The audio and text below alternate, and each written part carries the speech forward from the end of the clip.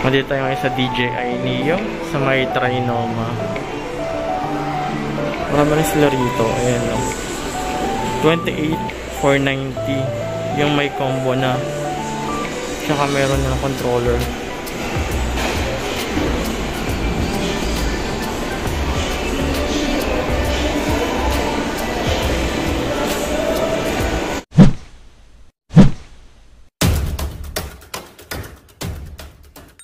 Guys, hello mga kapango. So ngayon guys, meron tayong gagawin. So magpapalipad tayo ngayon ng bagong bili ko na DJI Neo sa SM North. So nabili ko siya ng 10,700. Wala siyang kasamang remote. Ang kasama niya lang is manual. Tapos itong DJI Neo na to guys. So ito guys, na-unbox ko na to doon sa binilihan kong mall. Papakita ko na lang sa inyo kung saan ko siya binili. So, 10,700. Then, try natin kung okay nga ba to. Ayan. Sabi kasi nila maganda daw talaga to. Ala, hindi ko nakuha. Hindi ko na ibalik yung ano niya, cover niya. Saan ko ba na ilagay yung cover niya? Importante pa naman yung cover nito. So, hanap muna tayo ng papatungan. Mukhang makulimlim pa. Sana wag umulan. Pag on off pala nito, dalawang press. First at saka yung second press is long press. 1, tapos 2. Ayan, makikita nyo, iikot na yung LEC niya. Tapos, i-connect lang natin siya dito sa apps na in-upload natin. Searching device. Kailangan ma-search niya yung device. Medyo makakulim, ano pa naman yung ulap.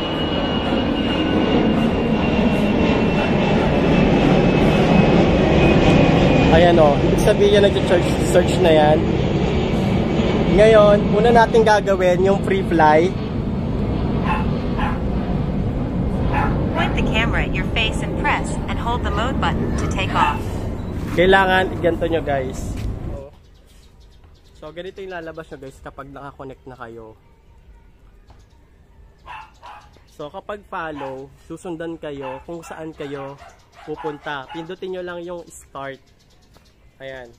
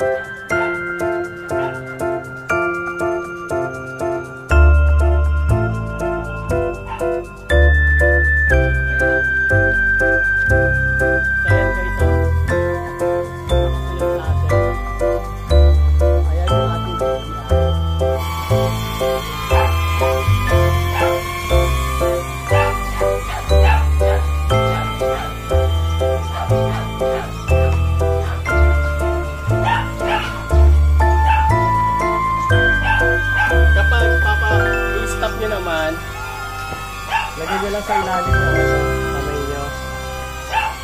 Ayan. Konti pa tayo.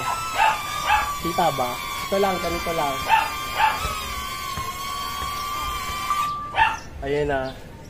So nakita nyo bumaba. Gusto mo siya ngayon guys. So ngayon guys, magko-control tayo ng manual. Manual naman magkapalipad tayo. Ayan.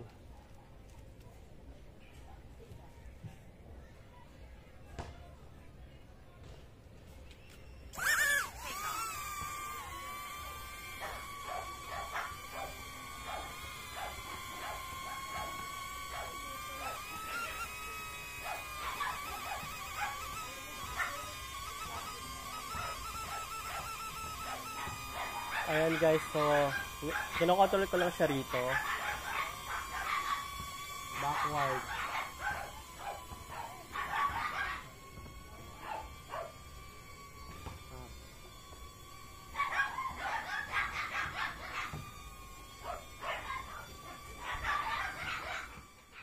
Take off.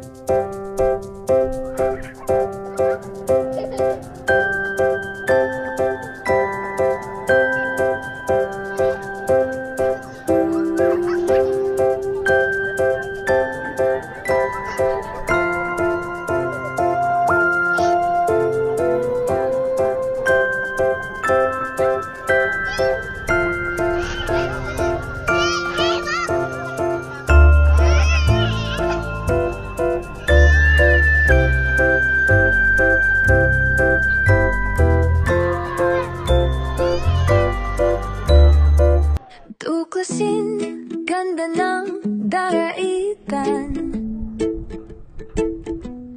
dito sa bundok, presko ang hangin.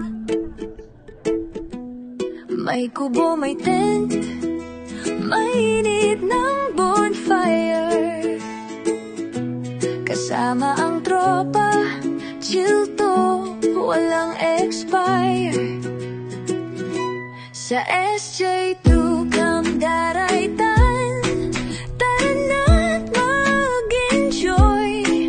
Tanawin ang bundok, damhin ang agos. May tinig ng ilog, simoy ng hangin. Sa SJ2 Camp Daraitan, siguradong babalik ka rin.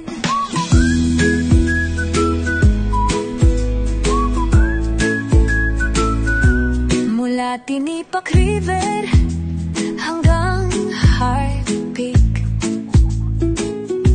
lakaran akyatan, di mo to maiwan. Dito sa campsite, kwento'y dumadaloy. Lahat ng pagod, siguradong bumabawi. Wow, ang Sa ganda, diba, guys? SJ2 Camp Daraitan, tara na't mag-enjoy. Tanawin ang bundok, damhin ang agos. May tinig ng ilog, simoy ng hangin. Sa SJ2 Camp Daraitan, siguradong babalik ka rin. Kalikasang alagaan habang tinatamasa, walang kasing saya pag dito ka nagpunta. Sa gitna ng gubat, sa tuktok ng bundok, hawak ang alaala, may ngiti sa puso mo.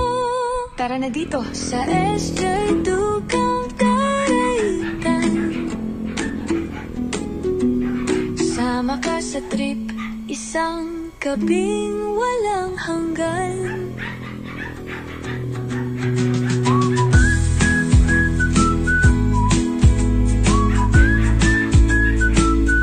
So yun nga guys, so ito yung ating drone. So binili ko pala to sa SM North ng 10,799. Ayan. So wala siyang kasamang ibang kahit controller. Ang kasama niya lang guys is itong nag-iisa niyang battery. So share ko sa inyo kung ano nga ba yung nagustuhan ko rito at saka mga hindi ko nagustuhan sa drone na to. Of course guys, so kapag beginner kayo, I'm sure first magugustuhan nyo talaga to. Kasi sobrang dali niyang kontrolin itong drone na to. At marami siyang mode. Pwedeng follow, pwedeng control, pwedeng shot na may camera rin siya. Pwede rin kayong mag voice recording, meron din siya rito. So maganda siya. So hindi ko pa siya 100% perfect na talagang gamit ko siya. Medyo nangangapa rin ako rito. Siguro ilang buwan na rin sa akin to, siguro 4 months kung hindi ako nagkakamali. At maganda siya para sa beginner na katulad ko. Maganda kasi guys kapag nagpa-vlog kayo, travel, maganda rin kasi kapag may drone shot kayo. At nagamit ko na rin pala to sa ating mga kapatid na INC nung rally, kay Tatay Digong Peace Rally, sa Liwasang Bonifacio, sa Tanay, sa Daraitan, sa SJ2 Campsite, nagamit ko na rin to. Sa Diwata Pares Overload, nagamit ko na rin to sa Calamba, sa Caloocan. So, sobrang ganda kasi, lalo na kapag na-perfect nyo yung paggamit ng drone. So, nagustuhan ko rito. Talagang overall, kung tatanungin nyo ako, 10 out of 10 to. Ang hindi ko lang talaga nagustuhan sa drone na to, mabilis siyang malobat. 3 minutes fly. Ito. Yun lang naman yung disadvantage niya. Sobrang bilis siya malobat. Tapos yung battery niya kasi sobrang mahal.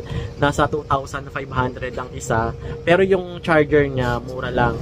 hindi na ako bumili ng control. Gamit ko na lang pala to. Kinokontrol ko siya sa aking Android. Tapos record, pasok na rin.